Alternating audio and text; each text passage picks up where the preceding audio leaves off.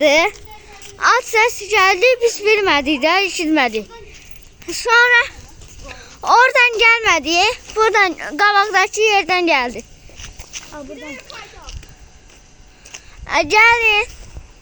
Qabaqdakı yerdən səs gəldi. Baxın, videoya diqqətlə qulaq asasınız.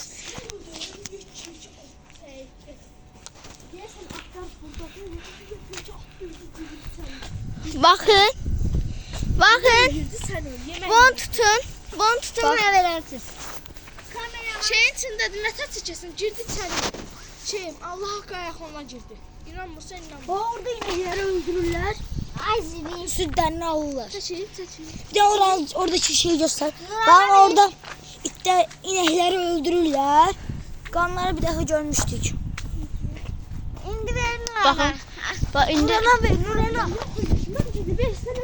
Gedirik. Bakın gedirik, orada at yoxmuş. Gelin. Gedirik, görürsünüz. Orada yer var. Orada at olsa. Orada at olsa sizə göstərəcəm. İndi ora girib çatanda sizə göstərəcək. İndi biz qaçız gedirik. Neydi? Dostlar, Nuran deyir ki, baxın. Allah haqqı narkoman. Narkomandır. Bir dəfə dalımıza düşmüşdü burada. Ha. Gələ bilər, bax gəlirlər. Görürsünüz, biz gördük gəlirlər. Baxın, bura kimi qaça bilməzlər, bura gəlirlər. Qaça bilərlər. Bizim üstümüzə gəlsələr biz qaçacağıq.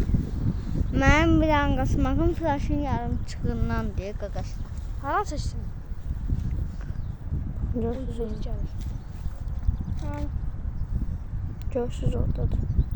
Allah gedirlər. Abi gel Gəl abi. gedək, gəl.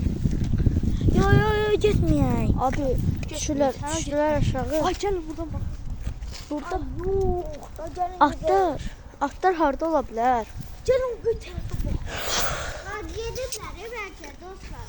Yanımızda bir dənə itim olsaydı belə. Bəlkə qaçın.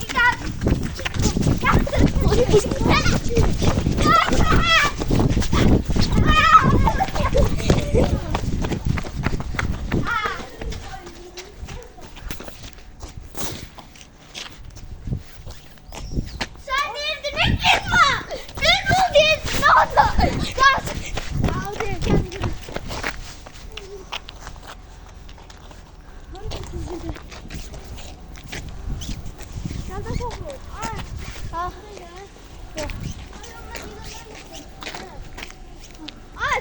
Sen git.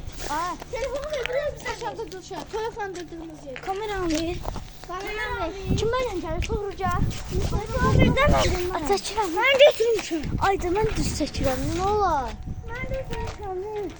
Onu ben getirdim. Bırak. Cabran seçim onda. Bırak. Yavaş. Gidiyorum başla. Maşa. Bakın dostlar buradaydı. Ayda. Buradaydı. Aşağıda da çocuktu. Bəli. İndi gecə orası sizə göstərəcəm. Dostlar.